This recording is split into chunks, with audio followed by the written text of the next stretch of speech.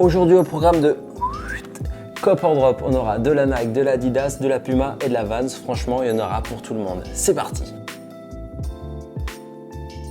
Salut, c'est Jiffy, je suis content de vous retrouver pour cet épisode de Cop or Drop numéro 3. Bienvenue à tous les nouveaux. Pour ceux qui ne connaissent pas Cop or Drop, c'est très simple. Je vous fais une sélection de 5 sneakers dans les sorties à venir et je vous dis si je cop ou si je drop. Mais le petit plus, c'est que vous aussi, vous êtes invité à voter par l'intermédiaire de fiches sondage par ici, là, le i. Vous me dites si vous copez, si vous droppez et la semaine prochaine, on regarde ensemble les résultats et on voit ce que ça donne. En parlant de résultats d'ailleurs, on va regarder ceux de la semaine dernière. J'ai mon ordi juste là. Voilà, donc si je regarde dans le coin, c'est pas que j'ai un petit souci de strabisme, c'est juste que je regarde l'ordi.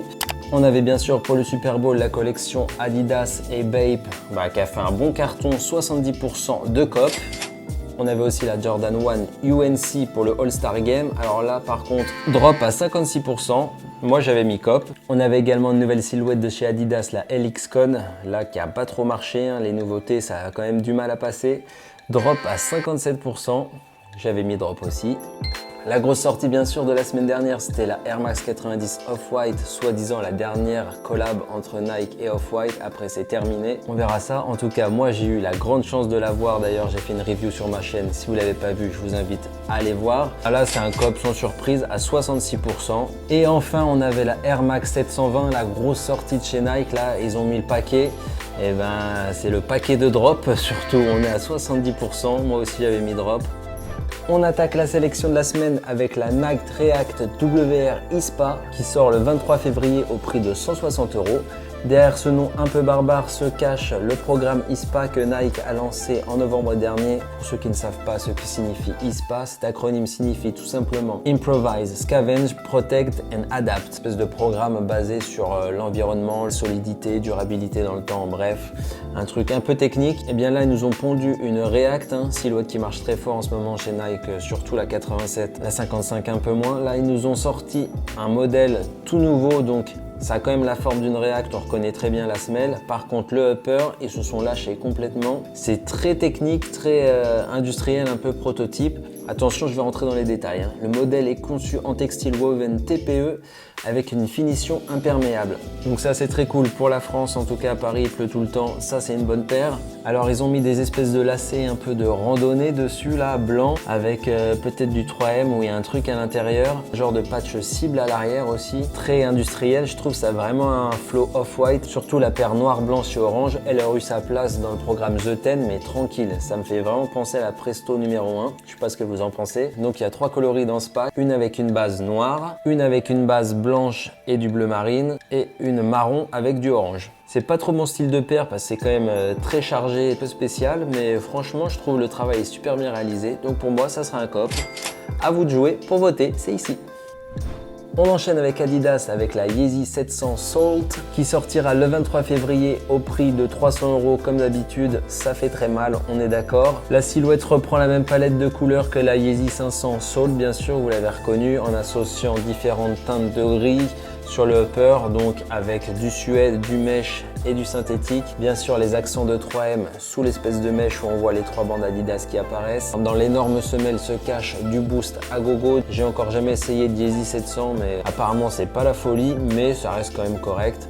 Après, pour le prix de 300 €, on pourrait s'attendre quand même à un truc de ouf. J'aime beaucoup le coloris, super sobre, franchement ça va avec tout, tu peux le mettre tranquillement avec n'importe quel outfit, t'as même pas à réfléchir, tu cales la paire. On va voir sur cette Salt si c'était vraiment le coloris mauve qui n'a pas plu ou si c'est juste la silhouette qui s'est essoufflée, la hype est retombée, on verra.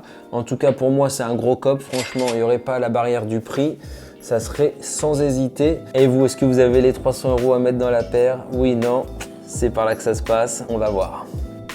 Numéro 3, on part se réchauffer du côté de la Californie avec une grosse collab vraiment originale entre Vans Volt et Modernica. Ça sortira le 23 février dans une gamme de prix allant de 89 à 429 €. Original car réunissant d'une part des chaussures et de l'autre des chaises. Et oui, effectivement, Modernica, pour ceux qui ne savent pas, c'est une entreprise familiale spécialisée dans les meubles, en l'occurrence les chaises moulées, donc en fibre de verre. Donc là, c'est un modèle designé par IMS, moi qui kiffe le design. design, franchement là, chaud aux anges. On retrouve donc deux modèles de paires. D'une part, la Vans Style 36 LX, ça ressemble beaucoup à une old school à part le devant qui est un peu différent. Et on a également une Vans Slip-On. Ces deux modèles sont déclinés en 3 coloris, donc le fameux checkerboard, le damier conique de chez Vans. On a un modèle un peu plus dans les tons beige, bleu ciel, avec des palm leaf, donc des feuilles de palmier. Des feuilles de palmier, vous êtes sûrs les mecs? Et enfin un modèle un peu plus orangé avec un print hawaïen dessus. Donc ces 3 coloris, on les retrouve également sur 3 chaises. C'est ça le concept de cette collab. Donc la chaise c'est 429 €, la Slip-On est à 89 € et la 36LX est à 99 €. Clairement le top sur cette collab pour moi c'est la chaise. Pour cette collab en édition limitée, pour moi ça sera un cop pour les chaises surtout. Les paires, je les trouve bien, mais sans plus, donc un drop. Donc je sais pas trop. 50-50 pour moi. Dites-moi cette collab si c'est plutôt cop ou drop pour vous. Moi, j'arrive pas trop à me décider. C'est juste là. Quatrième paire, on part cette fois chez Puma avec la Pumacell Venom en collaboration avec Ader Error. Ça sortira le 23 février au prix de 160 €. Alors pour ceux qui ne connaissent pas Ader Error, c'est une marque coréenne originaire de Séoul qui mixe un peu tout ce qui est streetwear, mode. Ils poursuivent leur collaboration avec Puma. Ils nous avaient déjà sorti une paire, je sais plus le nom, mais avec un espèce de bloc à l'arrière là où genre tu pouvais brancher un port USB, une paire à l'ancienne.